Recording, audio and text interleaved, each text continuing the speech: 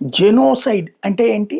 ఒక ఆహ్, జీవితం అంటే ఒక తెగ నాశనం చేసేయడం. లేదా ఒక మతాన్ని నాశనం చేయడం. ఒక వర్గాన్ని నాశనం చేయడం. ముస్లిం వర్గాన్నంతా చేయాలని ఎవడు కోరుకోవట్లేదు. కానీ ఆ వర్గానికి సంబంధించిన వాళ్ళు యూదు జాతిని అంతం చేయడానికి ఇజ్రాయెల్ మీద పదే కుట్రలు పన్నుతున్నారు. ఇప్పుడు అట్లాగే పాక్ ఆక్యుపైడ్ జమ్మూ కాశ్మీర్‌లో కాశ్మీరీల అంతు చూసేందుకు తెగబడుతున్నారు. అక్కడ ఉర్దూ మాట్లాడనటువంటి వాళ్ళు, కశ్మీర్ భాష మాట్లాడేటటువంటి వాళ్ళు, లేదా కాశ్మీర్‌లోనే పుట్టి పెరిగి ఇప్పుడు ఉద్యమం చేస్తున్న పాక్ ఆక్యుపైడ్ జమ్మూ కాశ్మీర్ వాసుల మీద జరుగుతున్నది ఒక రకంగా జెనోసైడే. కాశ్మీర్‌లో ఊచకోతలు కోసి వేలాది మందిని, పండిట్లని ఊర్లో వదిలిపోయేలా చేశారు.